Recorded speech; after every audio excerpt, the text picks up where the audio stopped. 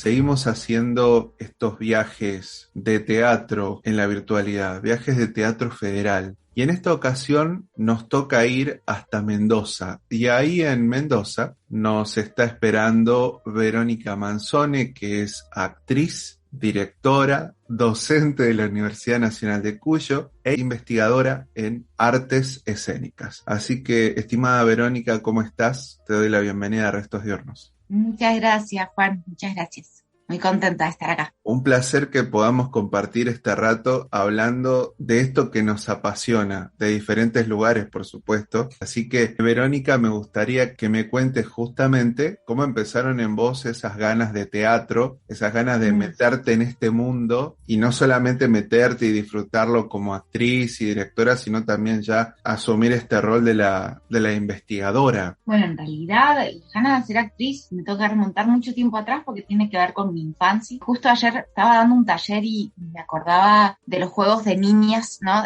Con mis primas, los disfraces, el placar de la casa de mis abuelos, que era un lugar infinito para encontrar personajes, y creo que un poco nace ahí, como de esos juegos. Después insistí mucho a mis padres para que me llevaran a danza, y mi madre, que tenía muchas alumnas que eran bailarinas, sabía que la pasaban bastante mal a esa edad. Entonces me propuso, me retrucó y me dijo, ¿por qué mejor no haces teatro? Y me llevaron a un lugar muy bonito. Yo en realidad nací en Bahía Blanca y viví hasta los 17 años en Bahía Blanca. Y ahí hay un lugar que se llama Escuela de Estética, donde vos haces todas las ramas del arte, desde primer grado hasta que vas a la secundaria. Entonces, bueno, yo atravesé por todas y la verdad que de todas la que más me gustó fue el teatro. Y ahí seguí en la adolescencia en la escuela de teatro, en Bahía Blanca también, que es un espacio muy bonito para adolescentes. Y de ahí me vine a Mendoza a estudiar. Entonces, bueno, nada, como que siento que el teatro en algún punto me ha acompañado en todo el trayecto, ¿no? de la vida. Y bueno, estando acá, bueno, la verdad que fue bastante orgánica la relación. Me inicié la facu y al poco tiempo ya estaba ensayando una obra fuera de la facu. Entonces siempre fue en paralelo, como hacer la carrera y al mismo tiempo estar participando de hacer obras y bueno, eso que es bastante una vorágine, ¿no? Que a esa edad también querés hacer como de todo, no te importa ni el qué, ni el cómo. Un poco eso te puedo contar. Me da curiosidad, ¿por qué elegiste Mendoza? Bueno, es una historia un poco graciosa en algún punto. Yo había visto los programas del Yuna en ese momento en Buenos Aires, la UNA, el de Córdoba y el de Mendoza, y los tres me gustaban, ¿no? Mendoza porque había una amiga, que era mi mejor amiga, que se venía a vivir acá, entonces, bueno, me averigüé por el programa. Y yo estaba de novia con un cordobés en ese momento y me había peleado justo ahí, justo en el momento de decidir el lugar, y dije, Córdoba tachada, o sea, ya está, tendrás un programa hermoso, pero yo a Córdoba no voy. Y Buenos Aires está en una época de muchos paros, yo era muy chiquita, yo tenía 17 años, y bueno, como que me dio un poco de miedo Buenos Aires, y mis papás, yo creo que lo agradecieron muchísimo, porque así como les dije, a los 15 voy a ser actriz, voy a estudiar teatro, a los 17 les dije, me voy de casa, y nadie me dijo no.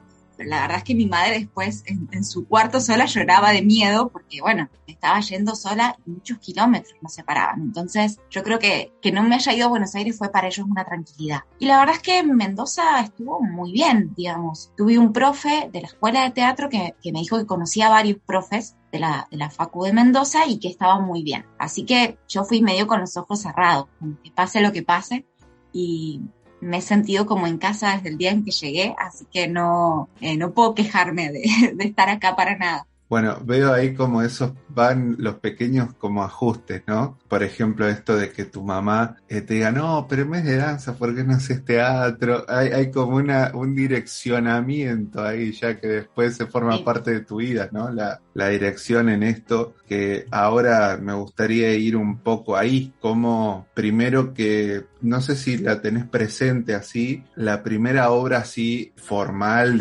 más allá de un ensayo, de un trabajo práctico, de lo que sea, no, algo, esa que la presentás en el teatro, si la tenés presente, si...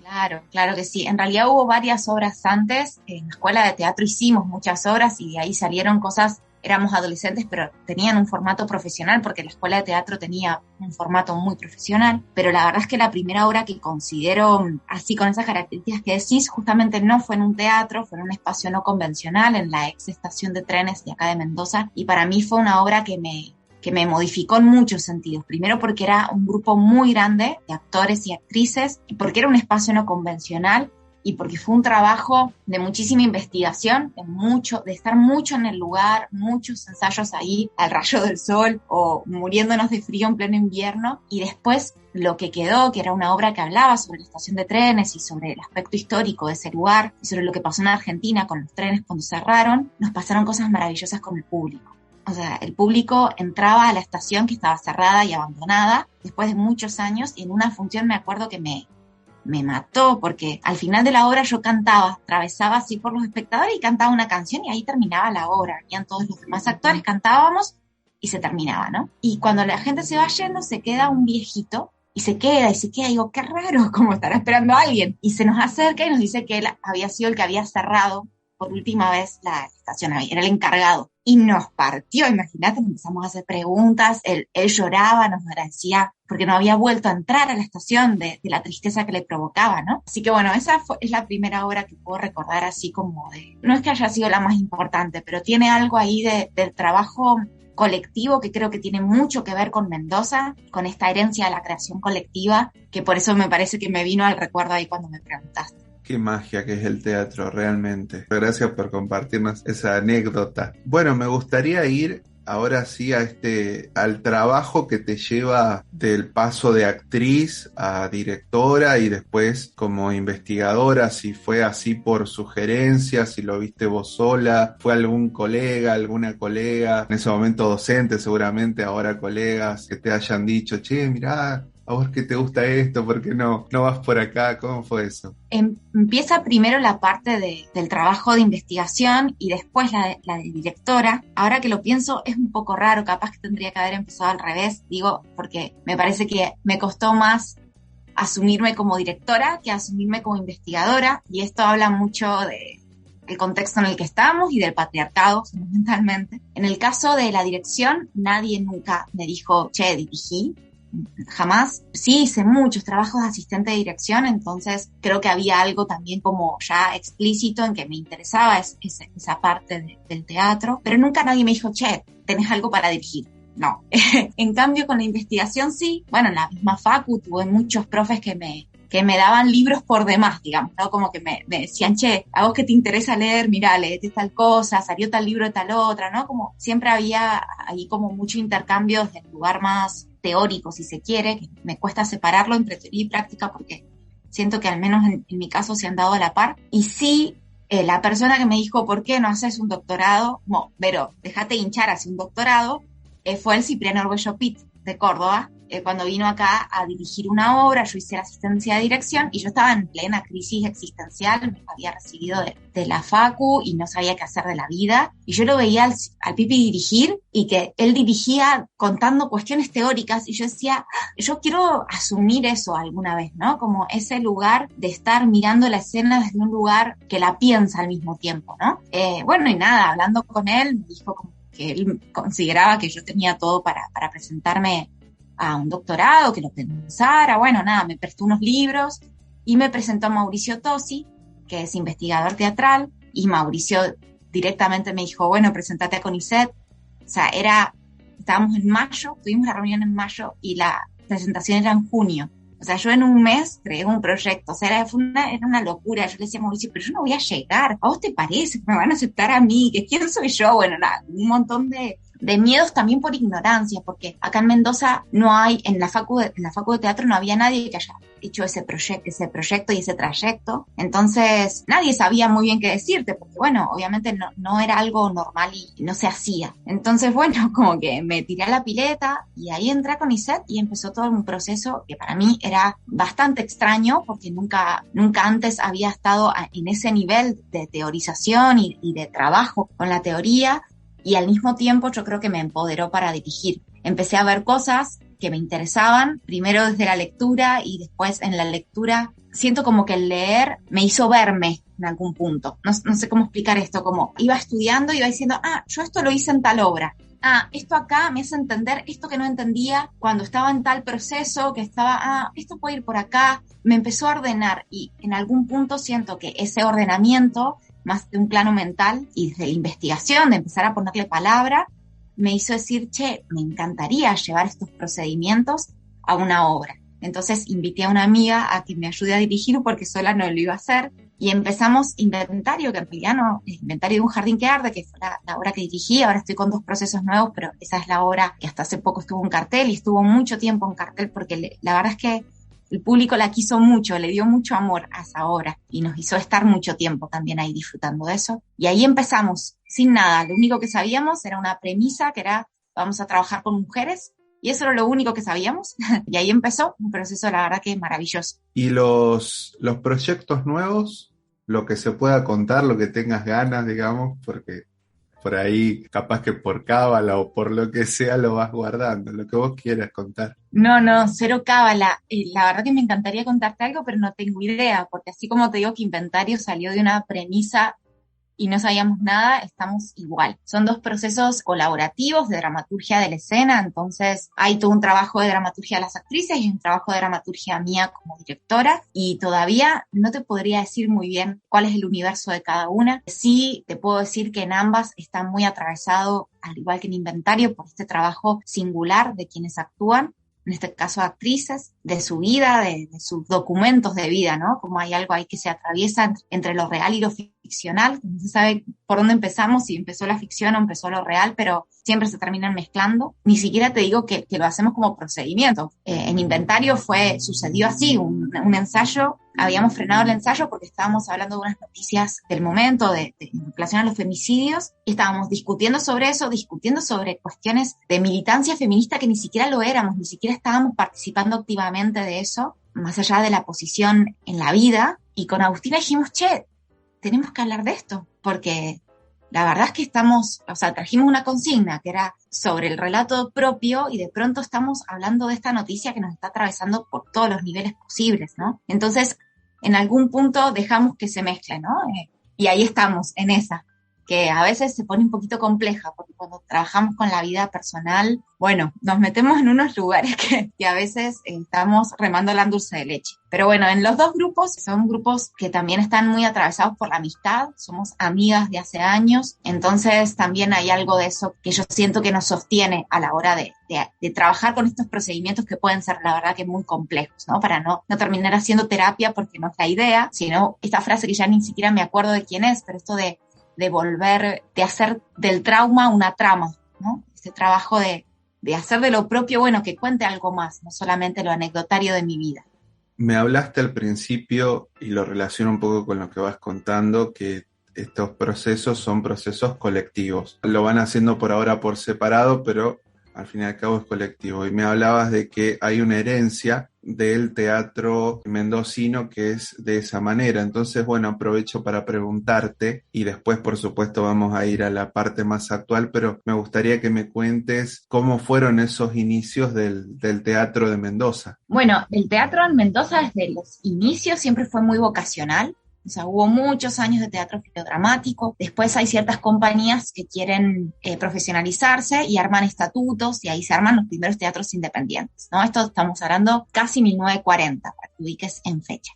Hubo muchos teatros independientes, algunos muy parecidos al Teatro del Pueblo, sin ser el Teatro del Pueblo, y otros que empiezan a tener mucha conexión con el teatro universitario, que acá la universidad fue muy fuerte en torno al teatro. Tuvimos a la famosa Galina Tolmacheva, que venía de Rusia. Bueno, hay como figuras muy fuertes en la universidad, y eso ha hecho que universidad y campo independiente hayan estado siempre muy interrelacionados entre sí. En la actualidad, por ejemplo, muchos docentes de la universidad son directores afuera, entonces hay mucha potencia ahí entre esos cruces. Y en la década del 60 suceden estoy muy bien profesora de historia, perdón, suceden 2 cosas en paralelo. Por un lado, se activa desde la universidad una rama que se le llamó absurdista, porque empiezan a tomar elementos del teatro del absurdo europeo, y se montan muchas producciones de teatro del absurdo, como de Ionesco, de Beckett, etc. Y al final de esa década aparecen figuras como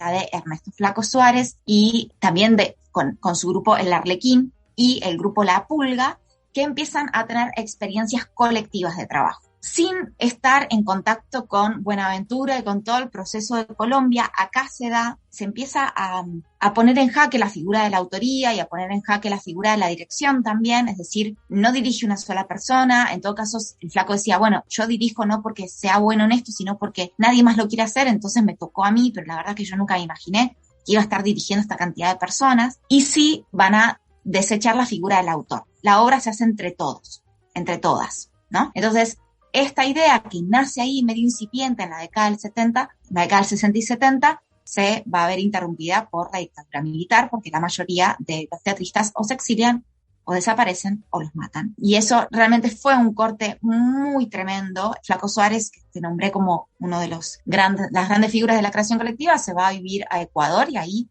va a trabajar y va a mejorar su método, que él dice que no tiene método, pero todos le decimos que sí lo tiene. Se vaya, mejora su manera de hacer teatro y este mood de lo colectivo, y vuelve en la década del 80 a dar un taller y no lo dejan volver. Le dicen, bueno, flaco, quédate, volvé.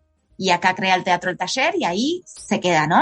Hasta ahora. Y es muy interesante porque el flaco ingresa a dar clases en la universidad. Entonces, de alguna manera, este no método que él dice que tiene, todos los que pasan por la universidad nos empapamos de eso. Entonces, hay algo en los modos de construcción dramatúrgica que se empiezan a modificar, se empiezan a ya... Casi te diría que hay muy pocos elencos que trabajan con el texto de autor. La mayoría ha iniciado procesos colectivos desde la idea de creación colectiva, que yo ahí siempre hago una diferencia, porque para mí lo que hoy hacemos, por ejemplo en Inventario y en otros grupos, no es creación colectiva. Hay una dramaturgia de la escena porque no tenemos, por ejemplo, no está esta característica que es tan importante, la creación colectiva, que tiene que ver con lo ideológico, que obviamente que está unido a una época, ¿no? Que fue la década del 60, 70, 80 en Latinoamérica, que digo, políticamente, ideológicamente estaban atravesados por un montón de situaciones que tienen que ver con eso. Yo creo que hoy en la actualidad no estamos en esa posición y que también hay una evolución, me cuesta hablar en términos de evolución, pero para que se entienda, hay como ciertas transformaciones que hace que la figura de la dirección también se empodere muchísimo, que también haya dramaturgistas o dramaturgos que trabajan con grupos, entonces no es que se desecha la idea de autoría, sino que el autor trabaja con eso que está surgiendo en la escena. Bueno, es un poco como para resumirte como de dónde viene, ahí llegamos a la actualidad con esta cantidad de dramaturgas, dramaturgos, actores, actrices, directores, que trabajan con esta idea y que después editan los textos, entonces también entran también a dialogar con un canon de los teatros argentinos, que es interesante, porque al estar editado en otras provincias lo pueden leer, y bueno, se arma ahí algo un poquito más interesante de lo que pasaba antes, cuando se perdía todo por no dejarlo por escrito, que es todo un tema, ¿no? Con el teatro y su carácter efímero.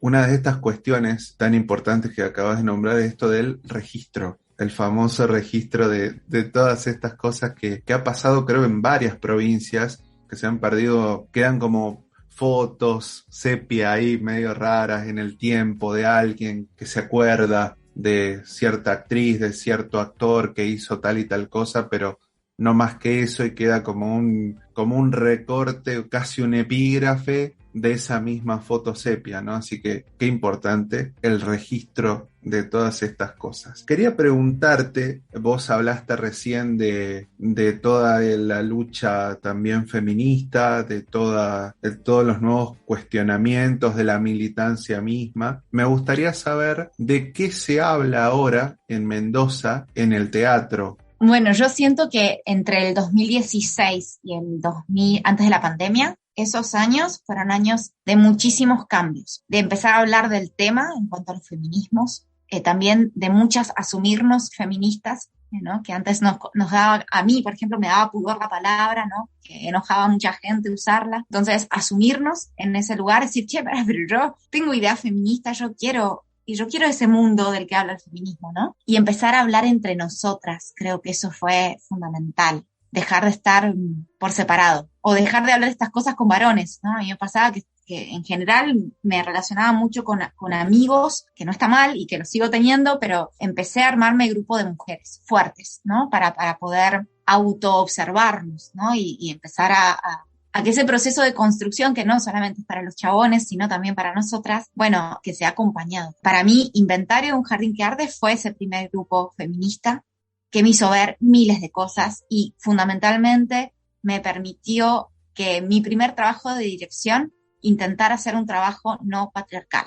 Y eso fue un montón. Sufrí mucho en el camino porque no tenía idea de lo que estaba haciendo, pero sabía que no quería repetir otros patrones. Entonces hablábamos un montón con mi compa, con Agustina, de esto de poder generar un espacio circular en algún punto, ¿no? Que la palabra circule, que el saber también circule, que no éramos nosotras las que estábamos diciendo, che, la obra tiene que ser así. No, la obra es lo que está ahí, ¿no? Y esto puede modificarse si las actrices están yendo por otro lado, digamos, como tratar de tener una mirada circular. Eso en lo personal. Después han pasado muchas cosas en la provincia.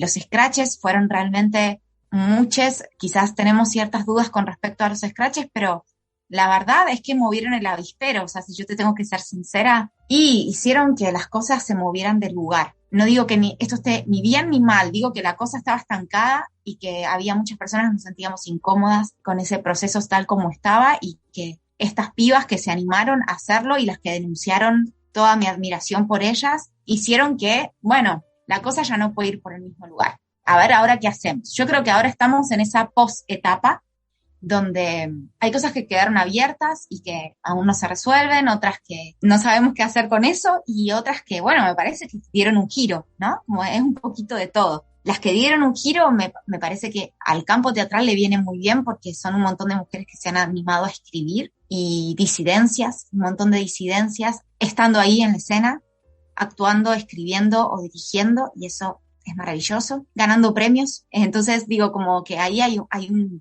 giro interesantísimo. Sobre todo lo veo en torno a la dramaturgia, que hay un montón de mujeres que no solamente escribieron, sino que han editado sus textos, gracias a una profe de la Facu que hizo como la coordinación de un libro que es todo de mujeres. Así que me parece que podría decirte eso de lo que está pasando.